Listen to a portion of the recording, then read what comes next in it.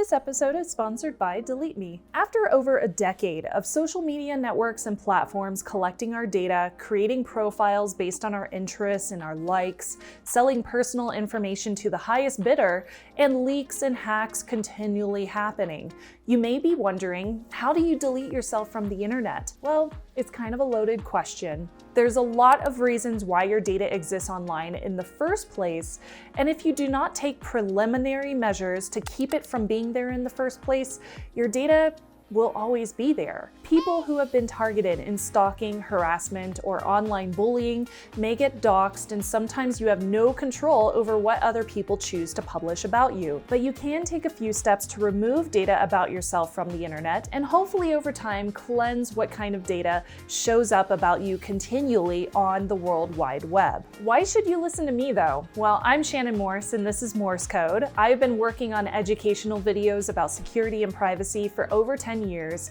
and I have made over 1,000 videos on the topic across multiple YouTube channels. Some of my besties are professional hackers, and I have learned what malicious attackers use to find information about you online. And one of the best defenses is actually thinking like an attacker. What is the easiest way to search for information on the internet? What sites would an attacker use to find information about you? Where do businesses go to find dragnets of information on thousands of people, including yourself? Well, your first stop should probably be Google. Google, everybody knows, is a search engine, but it's also a business that makes money, and Google tracks search queries. This means on one hand, your searches on Google will be more streamlined and consistent based on your personal interests and needs, but also search queries are used for marketing and data collection. Have you ever seen an advertisement for something that you mentioned to a friend or searched for on Google kind of follow you around the internet and all those social media sites? That's because of data collection. So there's two parts to this first tip. One would be use a different search engine like DuckDuckGo, which offers searches with anonymity and privacy. Since searches are private, they will not be tailored specifically to your data profile, but they still give you expected results. Whenever you use an alternative search engine, that gives Google less information to collect on you regarding your interests and your searches. If you don't want to switch over to a different search engine, that's okay too, but it's not going to be the best of the best privacy functionality, but you can still manage your search history on Google. There's a setting for that. I have included this link in the description down below this video. Just click on the title on mobile to find it. And from this dashboard, you can manage your search history. You can turn on auto delete, and you can set time intervals for deletion of search queries, or you can delete specific searches, etc., etc. You can spend a lot of time perusing this dashboard and customizing your settings, and this is a place where you should definitely audit from time to time just to see what kind of data is being collected on you. The second part of this has to do with search results about you. Now, when somebody searches for your name on Google, what comes up? You can Google yourself. Have you ever Googled yourself? I've Googled myself. That sounds weird, but I definitely have. Google does have to abide by the 2018 GDPR regulation in the EU and the right to be forgotten, which was established back in 2014 as a way for people to have more rights about their data. This means that you can send requests to Google to have data removed from their search engine results, but it does not remove those websites from the internet, just from Google's search results. We do not have a right to be forgotten here in the US federally, although some states have started implementing their own privacy regulations, like California with their CCPA, although if you are in the EU, this is a wonderful tool for individuals. Okay, so you have removed your search history from Google and you have searched your name to see what kind of sites have data about you, but where do you go from here? This brings me to my sponsor of this episode, Delete Me.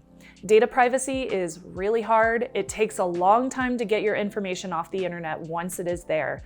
Information like your full legal name, your address, your age, phone number, family members, email addresses, and more are constantly being shared between companies, oftentimes without your consent.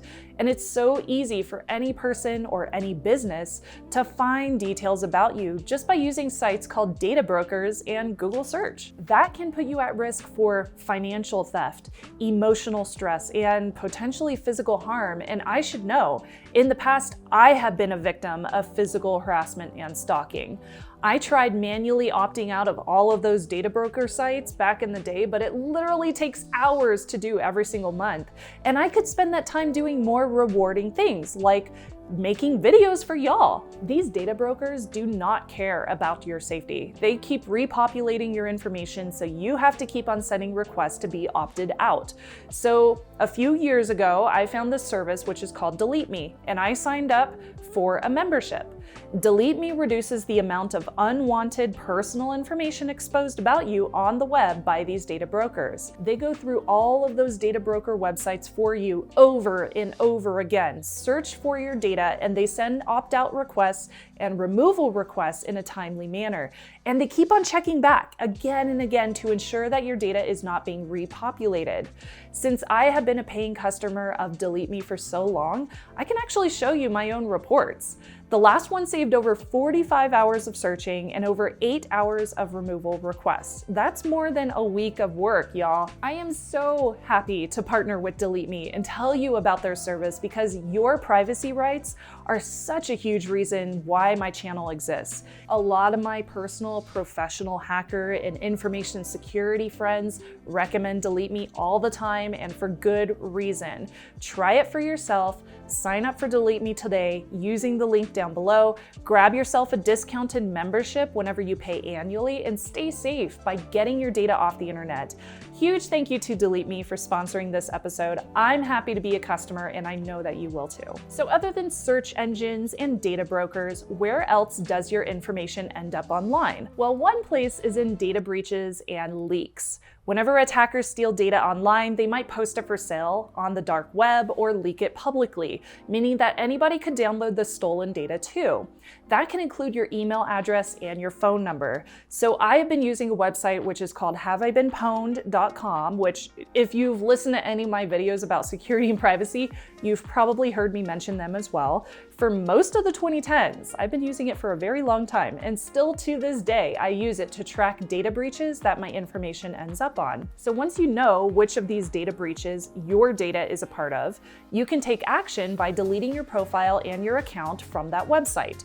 You can change your password in the event that passwords, either encrypted or not, were stolen, and maybe even choose to make a new email address that is completely separate from the now public one, assuming that it was in a data breach, for a little bit better privacy. With any accounts online, you should have the option to delete your profile or at least change the data associated with that account, like your phone number, shipping address, email address, etc. That includes deleting old email addresses or social media profiles that you may no longer use or want, or removing as much information from them as possible and making your profiles private. So for example, on Twitter, you can make your profile private. Same thing with Instagram. Facebook lets you change the default settings for any of your new posts, or you can just auto change all the settings for all of your old posts to just be friends only or you only, along with a few other options, which means that anyone you don't accept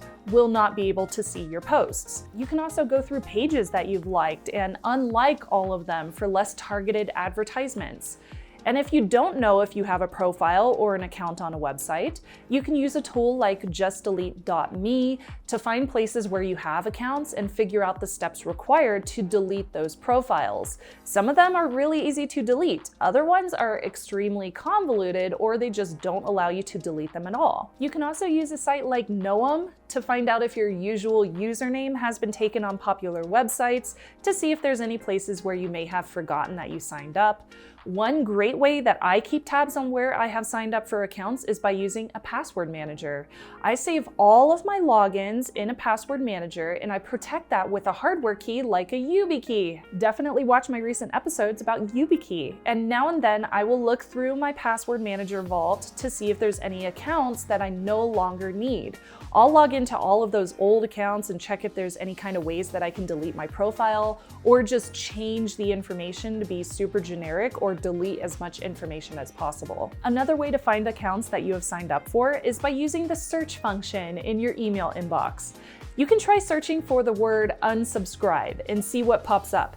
And now you know what services you've signed up for that are tied to your email account, because chances are they give you some kind of option to unsubscribe from their emails within that email. Another pro tip to find accounts that you may not remember signing up for is to check your social media accounts. You can log into Twitter or Facebook and you go into your settings and look for this specific settings page, which is called third-party apps or connected apps. These are sites that allow you to log in by connecting them to your Twitter or your Facebook. And for the nerds out there, it's called OAuth. Oftentimes you may want to revoke or remove the connected third-party app from having a connection to your social media identity.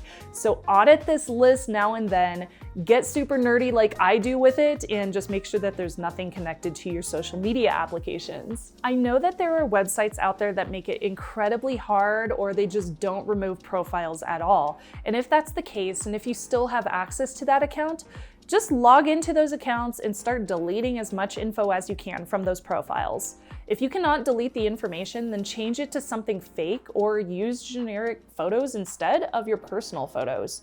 You could use an alias instead of your real name.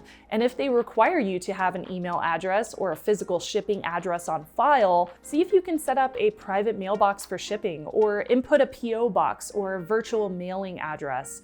Yes, some of those services do cost money, but it adds a layer of privacy since you would not be putting your home address on a service. When it comes to email services, you may want to create a second email address, just that you can use for signing up for online accounts. Now, some email services like Proton Mail, for example, are really privacy first, and they don't look at your email like Gmail does to see what kind of advertisements they should target you with.